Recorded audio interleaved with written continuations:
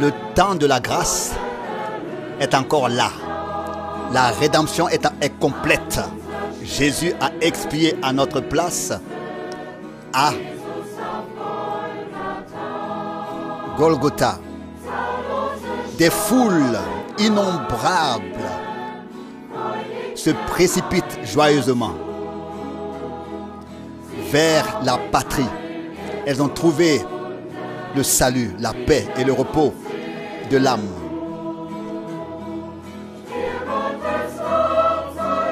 Gloire à toi, agneau de Dieu, ton sacrifice est accompli. Tu nous as libérés de nos fautes et de nos péchés.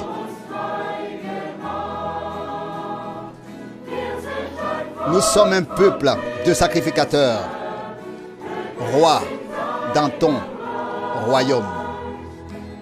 Nul nom sur la terre n'est égal au tien.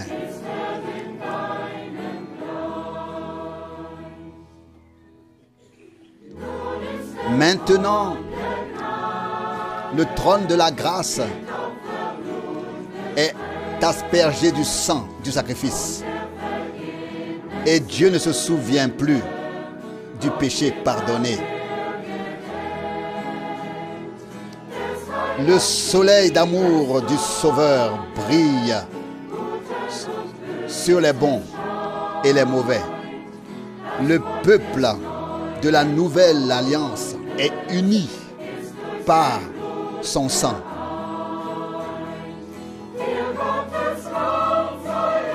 Gloire à toi, agneau de Dieu, ton sacrifice est accompli.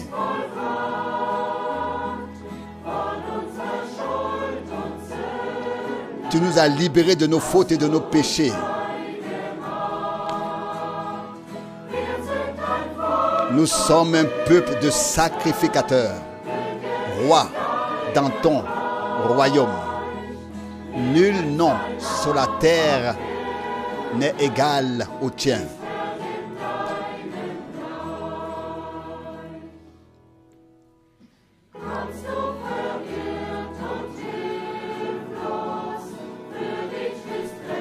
Si tu es perdu et désemparé, le salut est là pour toi. Ce que le monde ne t'offre pas, tu le trouveras à Golgotha. La paix pour les questions de doute, la guérison pour toute douleur, la force pour porter la croix, l'amour pour les cœurs vides. Gloire à toi, agneau de Dieu. Ton sacrifice est accompli. Tu nous as libérés de nos fautes et de nos péchés. Nous sommes un peuple de sacrificateurs, roi dans ton royaume. Nul nom sur la terre n'est égal au tien. Gloire à toi, agneau de Dieu. Ton sacrifice est accompli. Tu nous as libérés de nos fautes et de nos péchés. Nous sommes un peuple de sacrificateurs, roi dans ton royaume.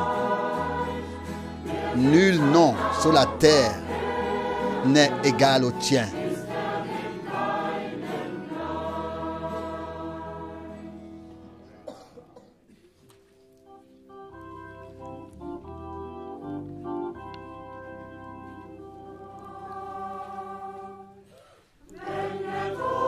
Lorsque le son de la trompette retentira, lorsque l'appel retentira à travers les vallées et les profondeurs des montagnes et dans les tombeaux, quand l'époux dans sa splendeur viendra chercher son épouse, qu'il appellera à lui comme elle exulte dans les airs, glorieusement transfigurée dans sa lumière. Glorieusement transfigurée en sa lumière. Glorieusement transfigurée en sa lumière. L'appel retentira, les morts se lèveront, glorieusement transfigurés en sa lumière.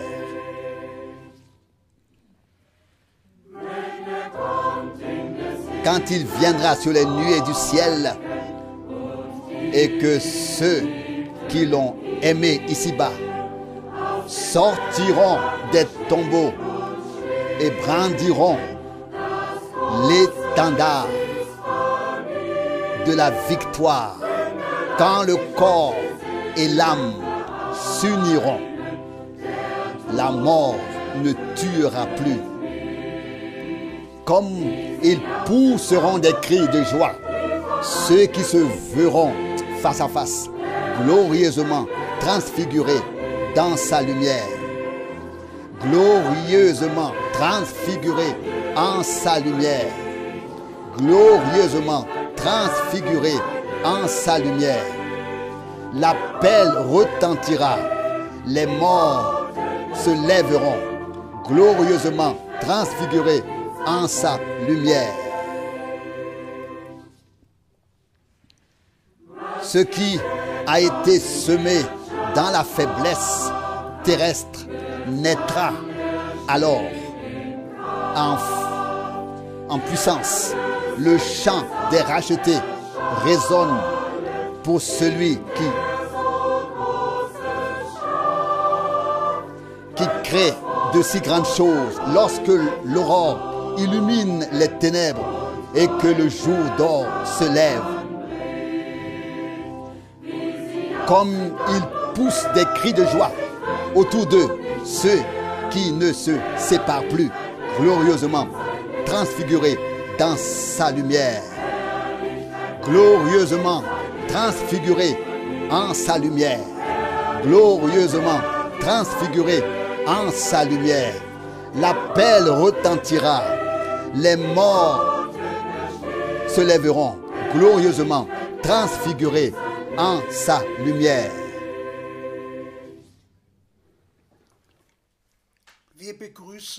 Nous vous saluons tous et souhaitons la bienvenue à cette émission de la méditation de la parole biblique avec Frère Franck.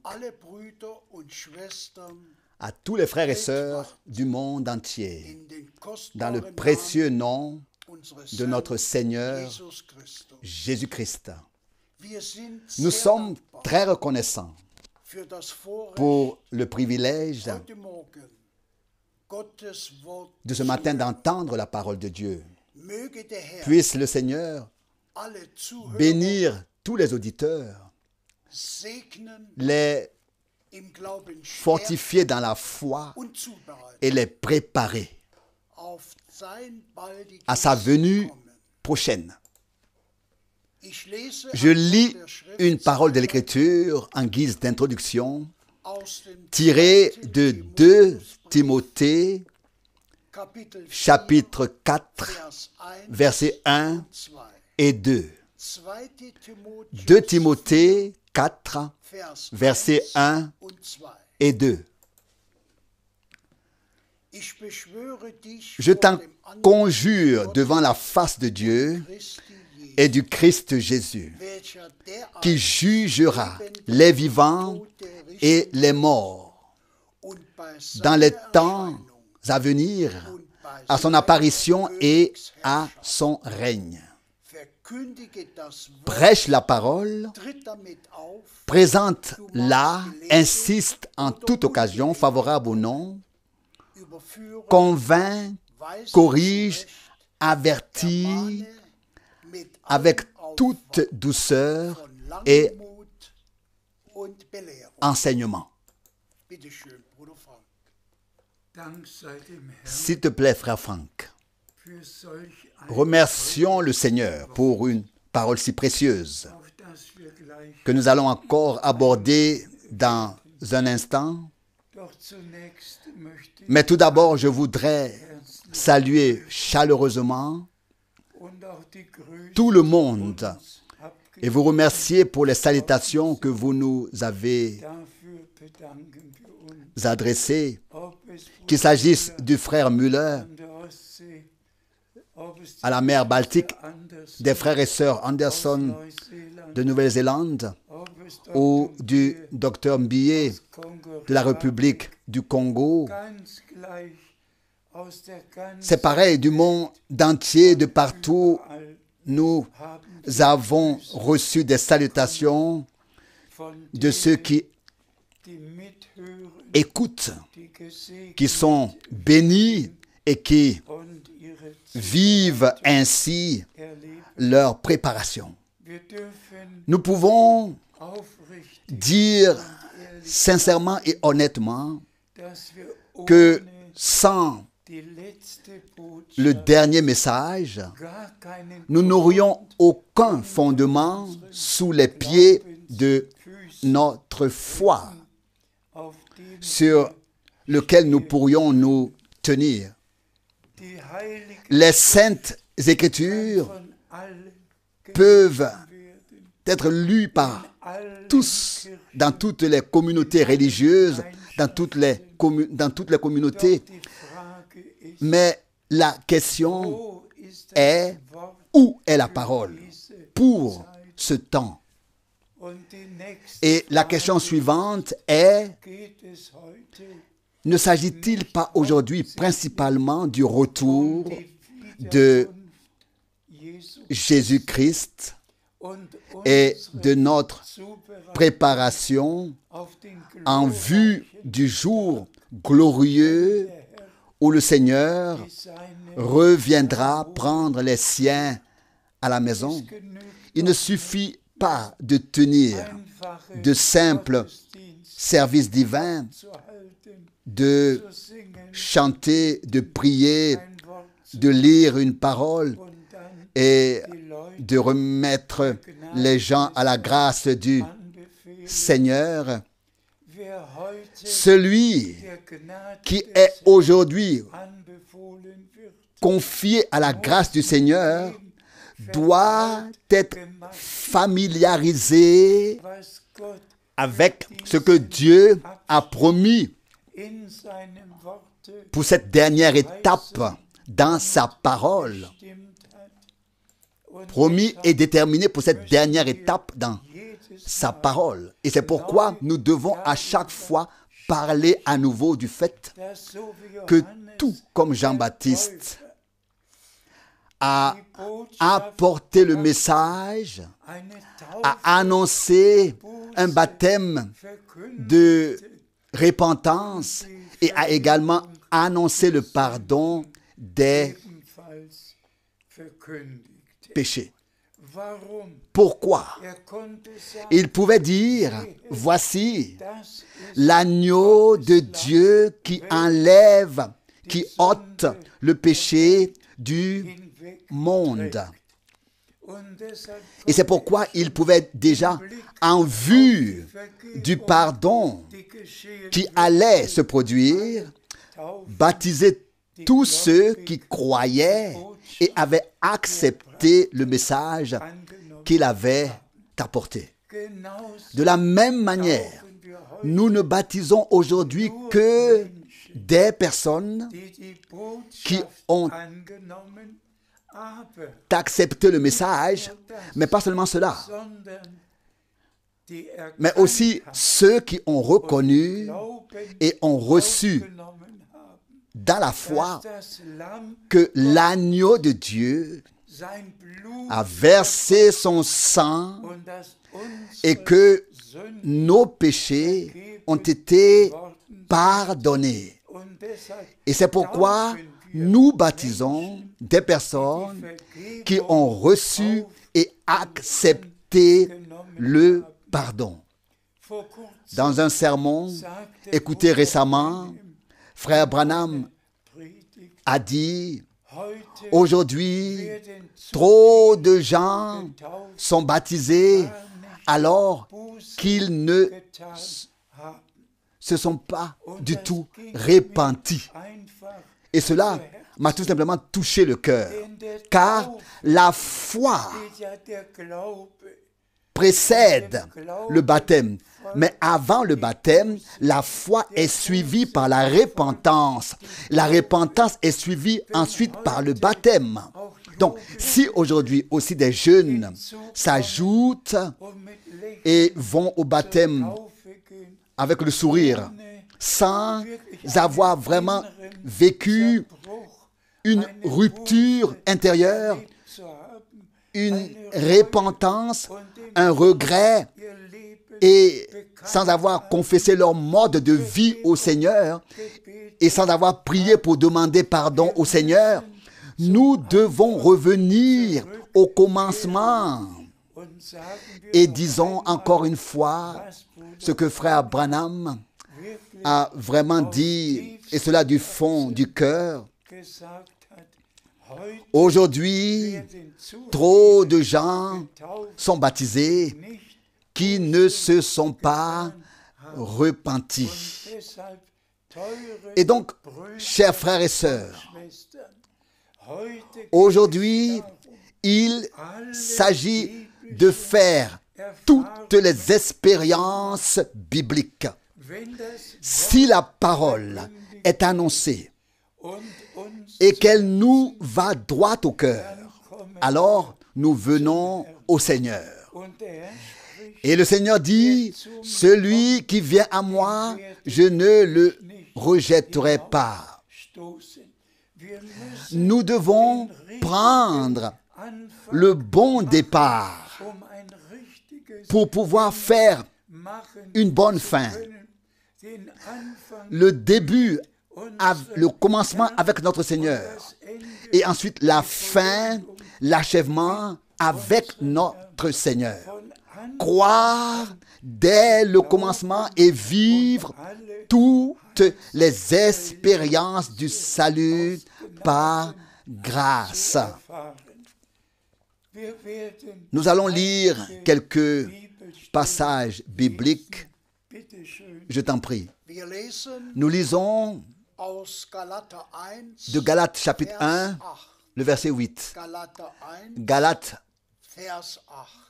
1, verset 8. Mais même si nous-mêmes ou un ange du ciel vous annoncions un autre message du salut que celui que nous vous avons annoncé, malédiction sur lui. Oui. Dans ce passage biblique aussi, nous avons reçu de la part de Dieu que tout doit être annoncé comme il l'a été au commencement, par Pierre, par Paul, par les apôtres. Et Pierre a effectivement, sous l'inspiration du Saint-Esprit, il a comme première chose annoncé la repentance, puis le baptême, puis le baptême du Saint-Esprit. C'est exactement ce que nous devons faire maintenant. Et nous vivrons tout cela par la grâce. Et comme il a été dit dans la parole d'introduction avec tant de clarté et d'insistance, que la parole est annoncée en toute occasion favorable ou non.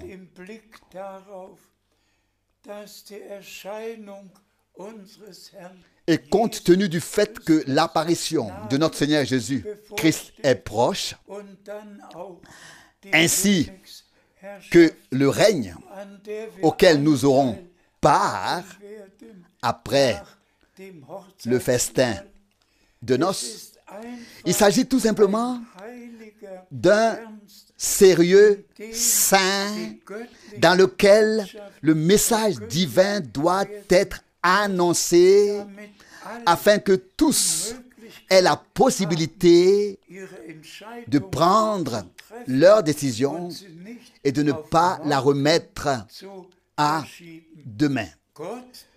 Que Dieu le Seigneur nous accorde la grâce maintenant à la fin, afin que nous fassions avec lui les mêmes expériences du salut qui furent vécues au commencement. Je t'en prie, nous lisons Tite 2, versets 7b et 8. Tite 2, la deuxième partie du verset 7, donc le verset 7b et 8. Dans l'enseignement, fait preuve d'exempt de falsification, digne de sérieux, une parole saine et incontestable, afin que tout adversaire se sente confus de ne pas pouvoir dire du mal de nous. Pour cela, nous disons Amen. L'enseignement doit être sans falsification. Rien ne doit être ajouté, rien ne doit être modifié, tout doit rester dans l'original. Et c'est sur ce point que Paul, aussi que Pierre et Jacques, les apôtres, ont toujours insisté.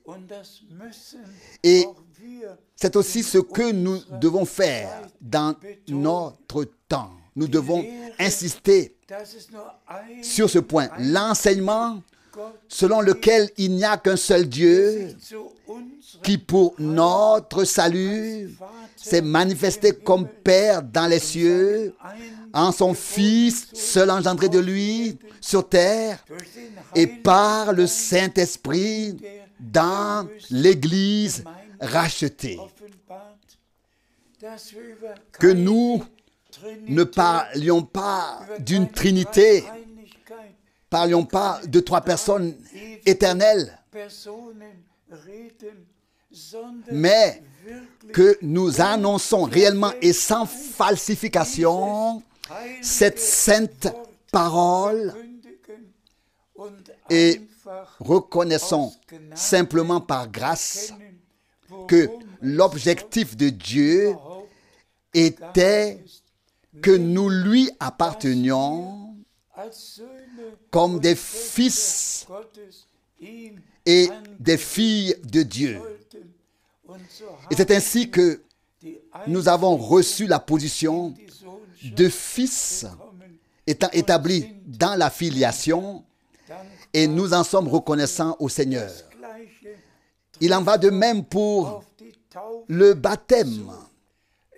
Il s'agit bien du nom dans lequel se trouve le salut de Dieu. Aucun autre nom n'a été donné aux hommes sous le ciel dans lequel tout doit être fait, aussi le baptême.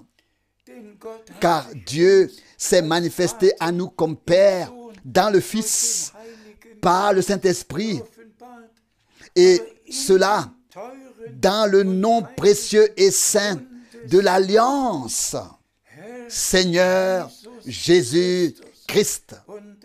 Et c'est pourquoi, au temps biblique, dans les Actes des Apôtres, il est rapporté jusqu'aux Épîtres que tous ceux qui ont été baptisés bibliquement ont été réellement baptisés dans le nom du Seigneur Jésus-Christ. Ainsi, l'évangile, le message du salut doit être proclamé tel qu'il a été annoncé au commencement, sans être falsifié, sans être falsifié. Je t'en prie, nous lisons le verset 3 de 1 Timothée, chapitre 1. 1 Timothée, chapitre 1, verset 3. Lors de mon départ pour la Macédoine, je t'ai demandé de rester plus longtemps à Éphèse afin que tu ordonnes à certaines personnes de ne pas exposer des enseignements étrangers. Oui, nous voyons ici quelle responsabilité Paul avait devant Dieu. Il a laissé Timothée à Éphèse pour qu'il veille à ce qu'aucun enseignement étranger ne soit exposé. L'Église du Dieu vivant est l'appui de la vérité. 1 Timothée 3,15. Et j'ose affirmer que dans l'Église de Jésus-Christ, on ne trouve aucun enseignement non biblique. Tout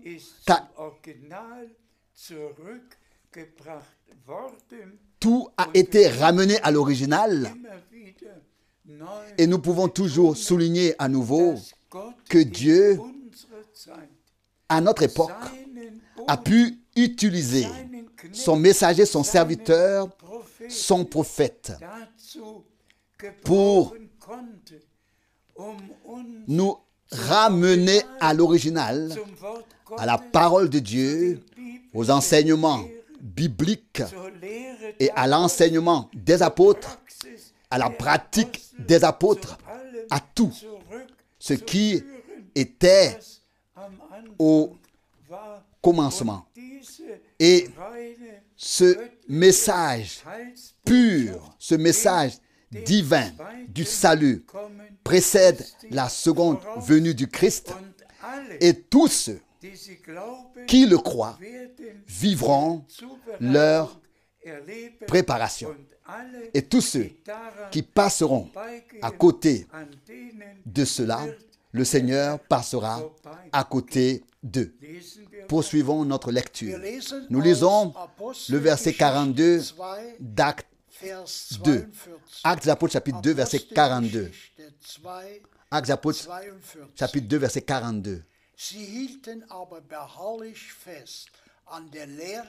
Mais avec persévérance, ils restaient attachés à l'enseignement des apôtres et à la communion, à la fraction du pain et aux prières. Ça, c'est le témoignage de l'Église primitive. Les croyants au commencement s'accrochaient constamment, sans interruption, à l'enseignement des apôtres, à la fraction du pain, au souper, à la communion, aux prières, à la communion intime avec Dieu et les uns avec les autres. De même, il faut maintenant que cela devienne ainsi, que l'Église appelée à sortir n'est pas seulement une assemblée, mais elle doit être l'Église de Jésus-Christ.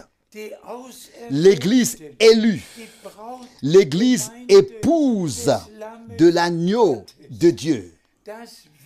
Que nous soyons apportés dans cet état, que tous maintenant s'attachent à l'enseignement, aux prières, à la fraction du pain, et que tout ce que Dieu a rétabli soit mis en pratique chez nous et au milieu de nous, soit pratiqué chez nous et au milieu de nous, soit révélé parmi nous, que ce n'est pas seulement un message que nous avons entendu, mais que c'est une réalité divine au milieu de nous, dans tous les peuples, dans toutes les langues, parmi tous les vrais croyants, et que ce verset devienne une réalité divine. De Actes des Apôtres 2, verset 42. Poursuivons notre lecture. Nous lisons Jean 7, verset 16. Jean 7, chapitre 7, verset 16. Alors Jésus leur répondit, mon enseignement ne vient pas de moi, mais de celui qui m'a envoyé. Amen. Tout homme de Dieu doit pouvoir le dire. Car le Seigneur dit que celui qui l'envoie proclame sa parole. Et c'est pourquoi aujourd'hui, la question doit être posée à tous les prédicateurs, à tous les évangélistes, à tous ceux qui pensent servir Dieu et qui pensent prêcher sa parole. La question doit être posée. De qui vient l'enseignement que tu défends? De qui venait l'enseignement dans la communauté religieuse luthérienne, dans celle de Zwingli, dans celle des baptistes, dans celle des méthodistes, dans toutes les communautés religieuses? De qui proviennent tous ces enseignements? Qui peut dire aujourd'hui l'enseignement que je proclame est venu de Dieu, vient du Seigneur, vient du christianisme primitif? Et c'est pourquoi, frères et sœurs, il faut que cela soit souligné avec une telle sainteté qu'il s'agit maintenant de la partie de ce temps dans lequel il s'agit de la dernière étape dans laquelle Dieu lui-même doit prendre la parole. Tous les hommes ont déjà longtemps assez parlé, assez longtemps présenté leurs enseignements et leurs interprétations. C'est l'heure, c'est le jour, c'est le moment maintenant où la parole de Dieu seule a le dernier mot. C'est elle et elle seule que nous avons à annoncer, à proclamer. Vous savez tous ce qui a été lu dans la parole d'introduction, tiré de 2 Timothée, chapitre 4. Ô frères et sœurs, pouvez-vous vous imaginer ce que j'ai vécu le 2 avril 1962 à l'aube? Pouvez-vous imaginer ce que cela signifie d'avoir entendu la voix puissante, audible du Seigneur avec cette oreille dans un ton de commandement? Dans un ton de commandement. Frères et sœurs, Dieu le Seigneur lui-même m'a appelé à voix audible, à proclamer sa parole, à aller de ville en ville et de pays en pays. Et c'est pourquoi Paul a dû clairement écrire à Timothée autrefois: je t'adjure devant la face de Dieu qui jugera un jour les vivants et les morts. Prêche la parole, que cela aille droit au cœur de tous et que tous les frères qui servent de toutes les langues et ceux qui traduisent, que cela vous tienne à cœur à tous, à ne rien ajouter de plus, mais à servir au peuple de Dieu le pur enseignement biblique comme pure nourriture biblique. Car c'est à cela que Dieu nous a destinée. Je t'en prie. Nous lisons les versets 11 et 12 de Galates 1. Galates 1, versets 11 et 12. Je vous fais remarquer, en effet, frères, que le message du salut digne de confiance que j'ai annoncé avec assurance n'est pas à la manière des hommes. En effet, je ne l'ai pas reçu d'un homme, ni en prenant des cours, mais par une révélation de Jésus-Christ. Puisse Dieu le Seigneur faire en sorte que cette parole devienne une réalité divine pour tous les frères qui servent sur toute la terre. Que chacun de nous puisse dire que nous ne proclamons rien de personnel, mais que nous transmettons la parole que Dieu a révélée.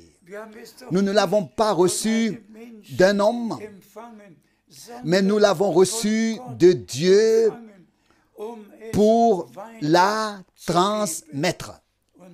Et c'est pourquoi nous voulons souligner et mettre en valeur les passages bibliques saints et les transmettre à tous dans le monde entier, dans tous les peuples et langues, que nous sommes maintenant tout à fait proches du retour de Jésus-Christ. Et que personne ne doit plus apporter ses propres enseignements, mais tous doivent, sous la conduite du Saint-Esprit, proclamer la même parole afin que l'Église épouse de toute la terre soit apportée dans l'unité de la foi et de l'enseignement, comme frère Branham l'a exprimé, soit ramenée au même pas, en accord avec la parole de Dieu. Que le Seigneur soit remercié pour le message de la fin des temps. Que Dieu soit remercié pour son serviteur et prophète qu'il a envoyé. Remercié soit le Seigneur de nous avoir destinés à proclamer sa sainte et précieuse parole. Qui, parmi tous les prédicateurs, peut dire « L'enseignement ne vient pas de moi, mais de celui qui m'a envoyé ». Qui de tous ceux qui dans le monde entier aujourd'hui prêchent ont réellement reçu un appel divin pour parler, une vocation divine pour voyager, un envoi de la bouche du Seigneur? N'ont-ils pas tous fréquenté des séminaires de prédicateurs, des écoles dites bibliques? N'ont-ils pas tous été enseignés par des hommes et enseignent ensuite les hommes? Oh, Dieu aie pitié et sois miséricordieux. Appelle les élus à sortir, sépare-les, afin qu'ils n'écoutent plus que toi et ta parole. Je t'en prie. Nous lisons de 1 Timothée, chapitre 4, verset 16. 1 Timothée 4, verset 16. Prends garde à toi-même et à l'enseignement. Tiens-y fermement, car si tu fais cela, tu te sauveras toi-même ainsi que ceux qui t'écoutent. Amen. Pas seulement toi qui annoncent la vraie parole, la parole de la vérité, mais tous ceux qui écoutent la parole que tu annonces seront avec toi auprès du Seigneur. Pas seulement les vrais prédicateurs, mais tous ceux qui ont donné foi aux vrais prédicateurs participeront à l'enlèvement. Et c'est pourquoi, à plusieurs reprises, dans ces passages bibliques, l'accent est mis sur l'enseignement. Nous avons tous besoin d'un véritable enseignement biblique.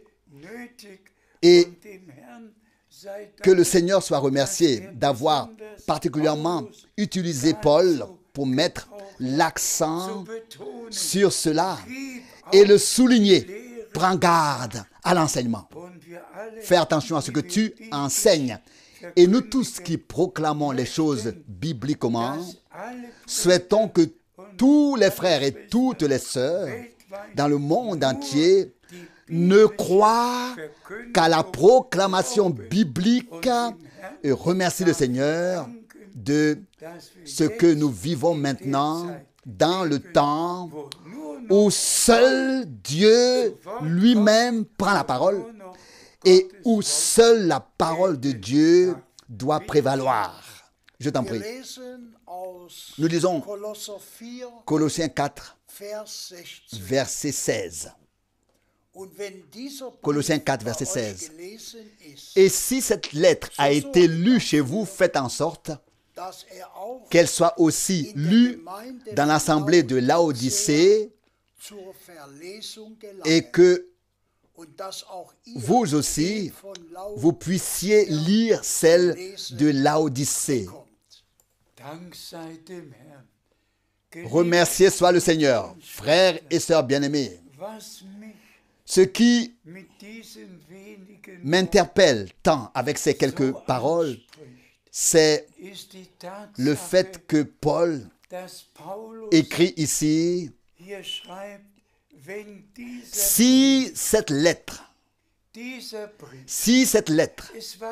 donc c'était des lettres qui ont été écrites, et soyez honnêtes, quand une lettre vous est adressée, vous en lisez le contenu, elle vous est adressée. Vous ne laissez pas l'enveloppe fermée, vous l'ouvrez. Vous ouvrez l'enveloppe, vous lisez la lettre. Et ici, Paul écrit, si cette lettre est lue chez vous, alors qu'elle soit lue aussi dans l'assemblée de Laodicée, qu'elle soit lue partout. Et c'est bien pour cela que les lettres des apôtres ont été rassemblées pour être lues aujourd'hui, non seulement par l'assemblée de Laodicée, ou à Paris, ou à Rome, ou à Berlin, ou à Washington. Ces lettres des apôtres sont devenues un Nouveau Testament, ont été rassemblées et s'adressent à nous tous, à nous tous. C'est à toi et à moi que ces épîtres sont adressées et nous devons les lire avec attention et les prendre à cœur, car le contenu nous est adressé et nous qui est adressé à nous, qui lisons ces lettres des apôtres. Alléluia, alléluia, soit notre Seigneur pour cela. Nous poursuivons notre lecture. Nous lisons dans 1 Thessaloniciens, chapitre 5, versets 26 et 27. 1 Thessaloniciens, chapitre 5, versets 26 et 27. Je vous en conjure par le Seigneur. Faites parvenir cette lettre à tous les frères pour qu'elle soit lue. Pour qu'elle soit lue. À ce sujet aussi, nous disons encore une fois Amen. Faites parvenir cette lettre à tous les frères pour qu'elle soit lue. Remercions le Seigneur. Que Dieu le Seigneur soit remercié. L'apôtre Paul était conscient de l'appel divin, de la responsabilité divine, et il voulait que toutes les lettres écrites soient lues, prises en compte et suivies. Il en va de même à notre époque. Que notre Dieu soit remercié pour toutes les lettres et pour tout l'Ancien et le Nouveau Testament. Prenons à cœur tout ce que Dieu a à nous dire par sa parole. Je t'en prie. Nous lisons encore dans Apocalypse 22, versets 18 et 19. Apocalypse 22, versets 18 et 19. Je rends témoignage à quiconque entend les paroles de la prophétie de ce livre, que si quelqu'un y ajoute quelque chose, Dieu fera tomber sur lui les fléaux dont il est question dans ce livre. Et si quelqu'un retranche quelque chose des paroles de ce livre de la prophétie, Dieu lui ôtera la part de l'arbre de vie et de la ville sainte au sujet desquels il est écrit dans ce livre. Remercié soit le Seigneur pour cette sérieuse exhortation, pour ce sérieux avertissement. Avez-vous entendu? Il n'a plus été dit ici celui qui lit les paroles de la prophétie de ce livre, mais je rends témoignage à quiconque entend les paroles de la prophétie de ce livre. Nous avons ici la réponse dont il est question aujourd'hui. Aujourd'hui, il ne s'agit plus seulement que tous lisent les 22 chapitres de l'Apocalypse. Aujourd'hui, il s'agit de savoir que nous avons appris que Dieu a scellé ce livre avec les 7 sceaux, et que ce livre a été révélé dans notre temps. L'ensemble de l'Ancien et du Nouveau Testament a été lu pendant toutes ces années, même pendant les 2000 ans. Même pendant les 2000 ans. Mais maintenant, il s'agit du dernier livre de la Bible, de l'Apocalypse et de ce qui y est écrit. Et de ce qui y est écrit. Et ce qui est écrit devait être révélé parce que tout a été présenté en parabole, en exemple. Et nous le savons tous, jusqu'à aujourd'hui, tous les théologiens confessent et disent, je ne veux pas le lire encore une fois parce que je ne comprends rien de ce qui y est écrit. De ce qui y est écrit.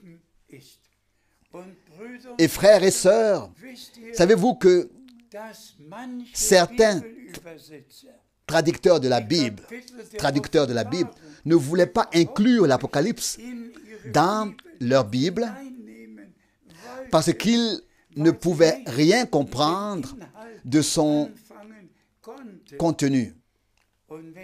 Et si nous pensons maintenant que dans les 2 derniers versets d'Apocalypse 22, il nous est dit, celui qui entend les paroles de la prophétie de ce livre. Depuis quand pouvons-nous écouter, entendre? Depuis l'ouverture des sceaux. Et nous devons le dire devant Dieu et en témoigner. Frère Branham a reçu une instruction directe du Seigneur le 28 février 1963 que les sceaux seraient ouverts, et en mars 1963, ils ont été ouverts. Et tout ce que nous avons à proclamer a été ouvert, a été révélé par grâce. Et le reste dont il n'a pas parlé concernant les 7 jugements de trompette, les 7 jugements de coupe de colère, sur tout ce qui se passerait encore après l'enlèvement. Nous pouvons le lire effectivement. Et je peux le dire, devant la face de Dieu, en levant la Bible par reconnaissance. Rien de ce que je lis dans les 22 chapitres ne m'est resté caché. Rien n'est resté pour moi une énigme. Fondamentalement, tout, absolument tout a été révélé. Donc, aujourd'hui, nous ne faisons pas que lire. Aujourd'hui, nous écoutons ce que l'Esprit a à dire aux églises.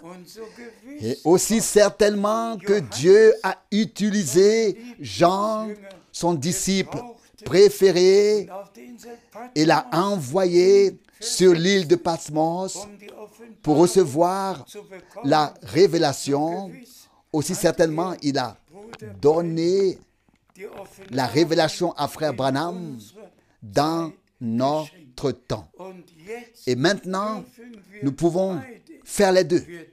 Nous pouvons y lire, et toujours plus, particulièrement les 7 lettres d'envoi. Celui qui a une oreille, qu'il entende ce que l'Esprit a à dire aux églises et ce que Dieu a encore à dire. Aujourd'hui, grâce à Dieu, nous pouvons faire les deux. Lire et nous pouvons écouter. Et nous en sommes reconnaissants de tout cœur au Seigneur, qu'il a envoyé son serviteur et prophète.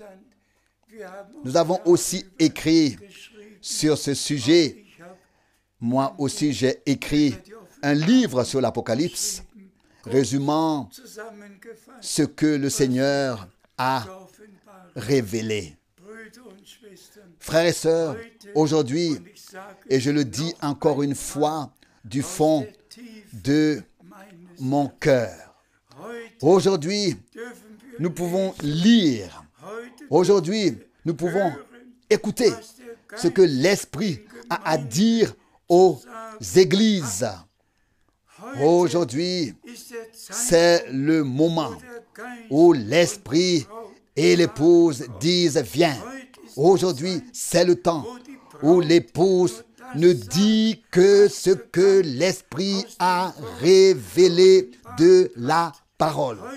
Aujourd'hui, c'est la dernière étape avant le retour de Jésus-Christ. Et nous remercions le Seigneur, nous remercions Dieu le Seigneur de nous avoir donné le dernier message et que nous puissions nous repentir, nous convertir, pouvons être baptisés, vivre le renouveau, la nouvelle naissance, le pardon de nos péchés, jusqu'à être remplis du Saint-Esprit. Mais disons-le encore une fois clairement. Combien nombreux sont ceux qui ont vécu des expériences bibliques lors du réveil passé et pourtant ils ne croient pas le message.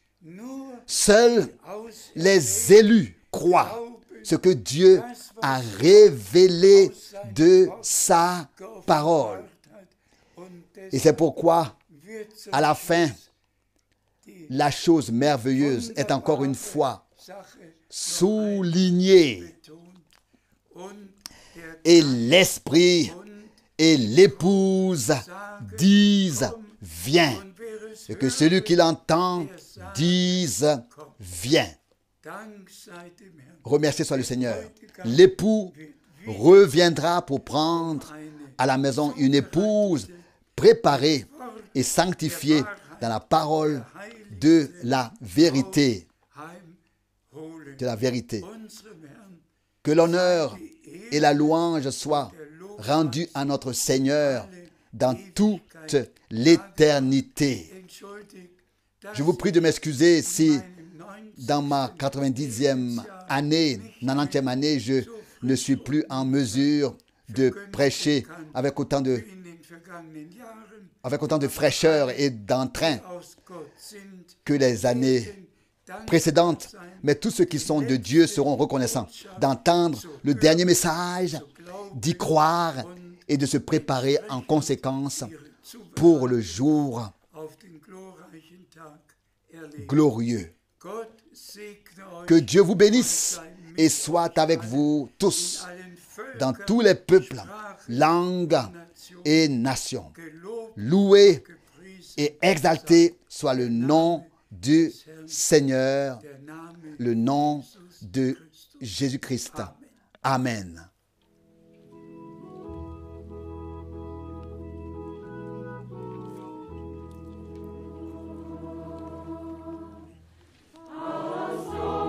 D'une longue nuit sombre et obscure, où j'étais accablé par le pouvoir du péché, le Seigneur m'a fait sortir quand la lumière a brillé pour moi du ciel. Dans la lumière du Seigneur, je peux chanter avec joie.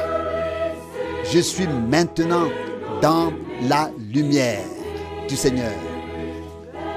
Dans la lumière du Seigneur. Je marche dans la lumière du Seigneur.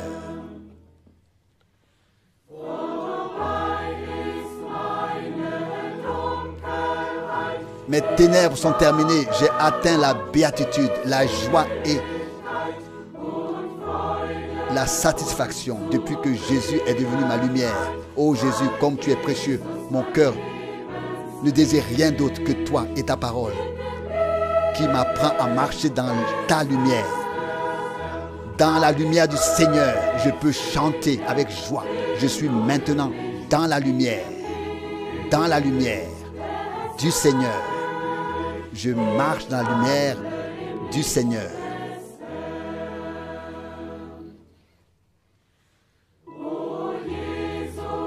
À toi seul, Seigneur, gloire et honneur. Je ne veux faire que ta volonté. Par ta grâce, en toi repose mon salut et ma lumière éternelle.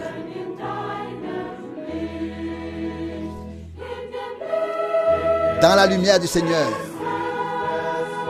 je peux chanter avec joie. Je suis maintenant dans la lumière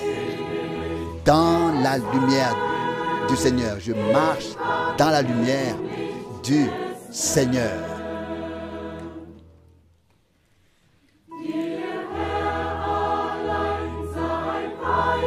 toi seul, Seigneur, soit gloire et honneur. Je ne veux faire que ta volonté. Par ta grâce, en toi repose mon salut et ma lumière éternelle. Dans la lumière du Seigneur, je peux chanter avec joie. Je suis maintenant dans la lumière du Seigneur. Je marche dans la lumière du Seigneur. Dans la lumière du Seigneur, je peux chanter avec joie. Je suis maintenant dans la lumière du Seigneur. Je marche dans la lumière du Seigneur.